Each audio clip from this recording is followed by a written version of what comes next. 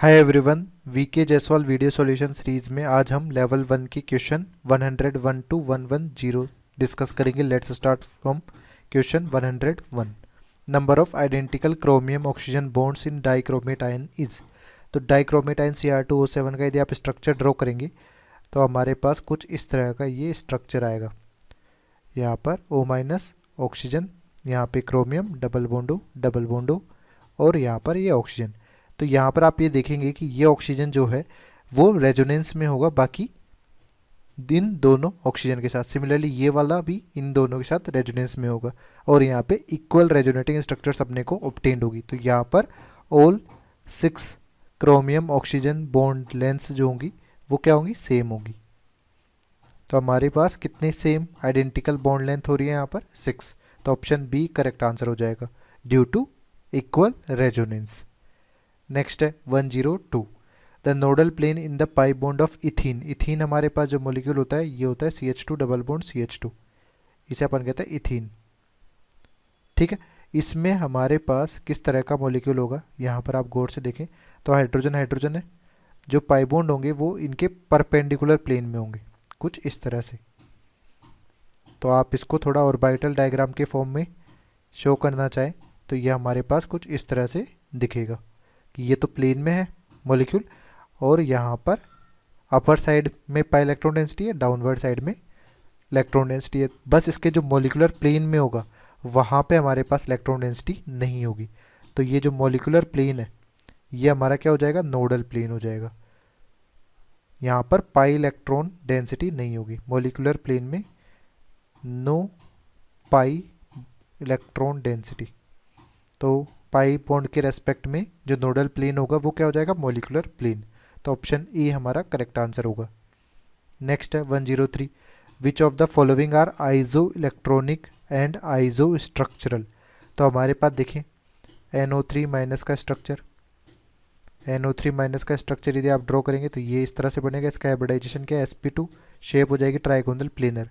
Similarly CO3 2 minus की बात करें तो हमारे पास यहाँ पर क्या हो जाएगा, ये भी हाइब्रिडाइजेशन sp2 हो जाएगा यानी ट्राइगोनल प्लेनर। क्लोरी ClO3 माइनस की बात करें तो ये कुछ इस तरह का स्ट्रक्चर होगा। यहाँ पर एक लोन पेयर हो जाएगा तो ये हाइब्रिडाइजेशन हो गया sp3 और इसकी जो शेप हो जाएगी वो हो जाएगी पिरामिडल। सिमिलरली यहाँ पर अपन देखें SO3 का स्ट्रक्चर आप इस तरह से ड्रॉ करेंगे तो हमारे पास सल्फर का हाइब्रिडाइजेशन sp2 है तो ये भी ट्राइगोनल प्लेनर हो जाएगा। तो यहाँ पर NO3 माइनस CO3 2 माइनस और SO3 हमारे पास क्या होंगे, आइजो स्ट्रक्चरल होंगे। बट अपन इसमें आइजो इलेक्ट्रॉनिक की भी बात करेंगे तो टोटल नंबर ऑफ इलेक्ट्रॉन्स अपने को चेक करने।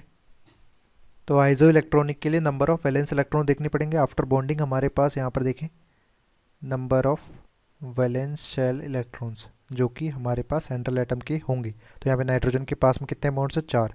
तो हर एक बॉन्ड के कोरस्पॉन्डिंग 2 इलेक्ट्रॉन होंगे यानी 8। सिमिलरली यहाँ पर अपन देखें तो यहाँ पर भी 8 इलेक्ट्रॉन हो जाएंगे। यहाँ पर काउंट करें तो 1 2 3 4 5 तो बॉन्ड्स है तो यहाँ पर 5 इंटू 2 तो ये हो ही गया और एक लोन पेयर है यानी 2 इंटू 1 तो ये 12 हो जाएंगे। सिमिलरली सल्फर की बात करें तो यहाँ पर कितने बॉन्ड्स है, यहाँ पर 6 बॉन्ड्स है, ये भी 12 हो जाएंगे। तो आइजो इलेक्ट्रॉनिक यहाँ पर number of valence electrons after bonding जो है वो केवल किस में आ रहे हैं, NO3 माइनस और CO3 2 माइनस में, और इन दोनों का शेप भी क्या है, सेम।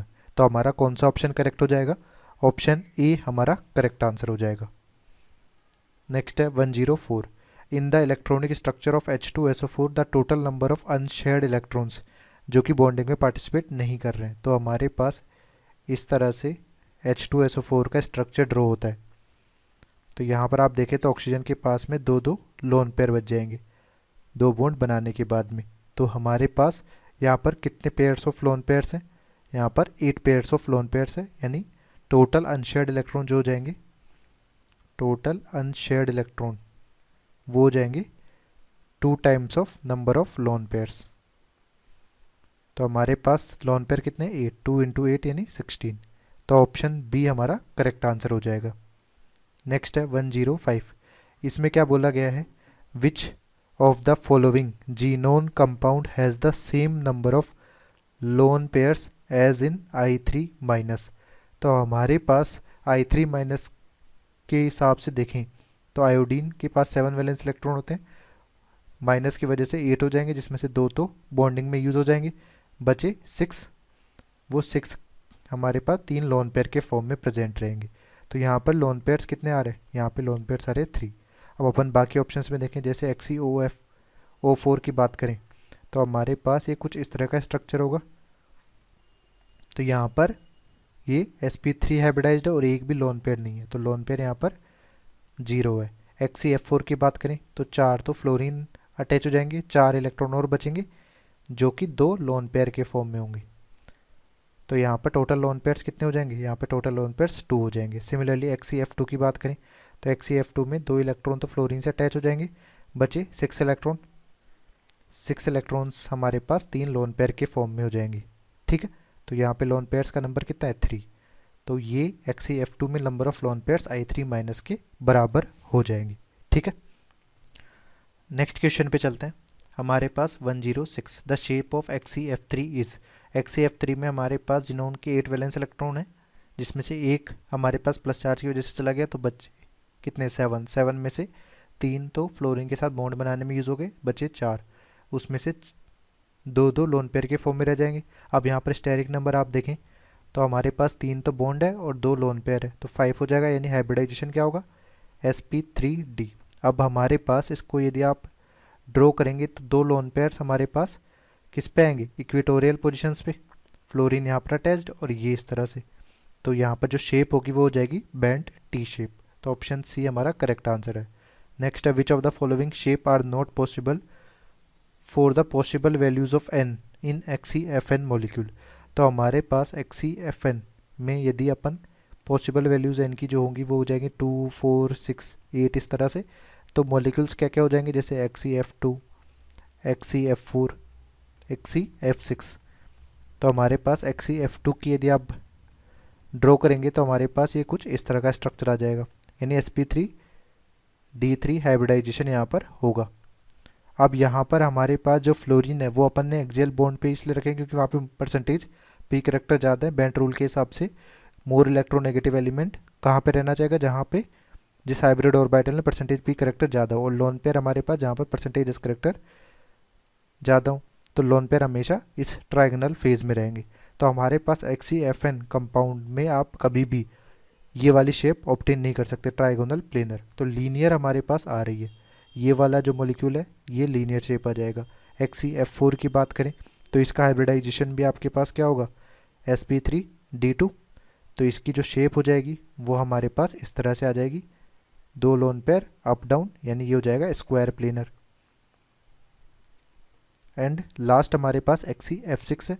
XeF6 में हमारे पास sp3d3 हाइब्रिडाइजेशन होगा और हमारे पास कुछ इस तरह का ये स्ट्रक्चर बन जाएगा। ये तो ऑक्टाहेड्रल हो गया, एक लोन पेयर हमारे पास जो बचेगा उसे आप कुछ इस तरह से रिप्रेजेंट कर सकते हैं। तो ये शेप जो होती है ये होती है कैप्ड ऑक्टाहेड्रल, जिसका नेट डायपोल मोमेंट नियरली 0 के बराबर होता है।